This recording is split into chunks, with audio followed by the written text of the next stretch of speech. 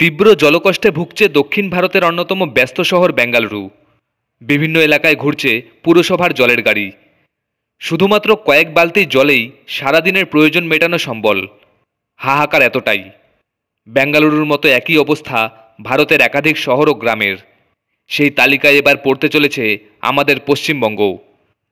জানা গিয়েছে আমাদের জলের মূল উৎস ভূগর্ভস্থ জলের পরিমাণ ক্রমাগত কমছে, আর অন্যদিকে জলের চাহিদা প্রতিদিনই বাড়ছে।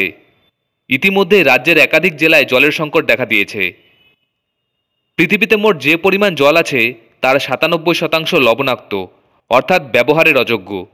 ২% জল বরফ হিসাবে জমাট অবস্থায় রয়েছে। বাকি ১% আমাদের ব্যবহারের যোগ্য। পরিসংখ্যান বলছে ১৯৪৭ সালের মানুষের ব্যবহারের জন্য যে পরিমাণ জল ছিল তা এখন ৭৫% কমে গিয়েছে। আগামীতে সেটা আরও কমবে বলে আশঙ্কা করা হচ্ছে। মাটির নিচে জলের পরিমাণ ক্রমাগত কমেই চলছে। এটা কিন্তু ওই ১% জল যা ব্যবহারের যোগ্য, তাতেই ভাটা পড়ায় বাড়ছে চিন্তা। পানীয় জল থেকে চাষের জল সর্বত্রই ব্যবহার হচ্ছে ভূগর্ভস্থ জল। ইকোসিস্টেম বলে মাটির নিচ থেকে জল উঠবে, বৃষ্টি হলে আবার মাটির নিচে চলে যাবে, আর তাতেই মাটির নিচে জলের পরিমাণ বেড়ে যাবে। কিন্তু এই সাধারণ ভাবনা আর খাটছে না। কারণ দুটো: বৃষ্টিও তার ভারসাম্য হারিয়ে ফেলেছে।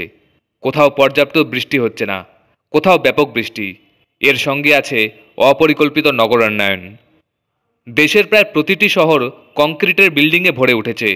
কংক্রিটের সেই স্তর পার করে মাটির নিচে পৌঁছতে পারছে না। কলকাতার জলস্তর কমার আসল কারণ কিন্তু এটাই, এমনটাই বলছেন পরিবেশ বিজ্ঞানীরা।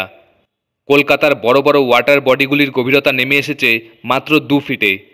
রবীন্দ্র সরোবরের মতো ১৯৪ একর জলাশয়ের ওয়াটার লেভেল মাত্র ২ ফুট। এগুলো আমাদের বেঙ্গালুরুর মতোই অ্যালার্ট দিচ্ছে। এখনই সচেতন হতে হবে, না হলে ২ থেকে ৩ বছরের মধ্যে জলকষ্ট তীব্র হবে।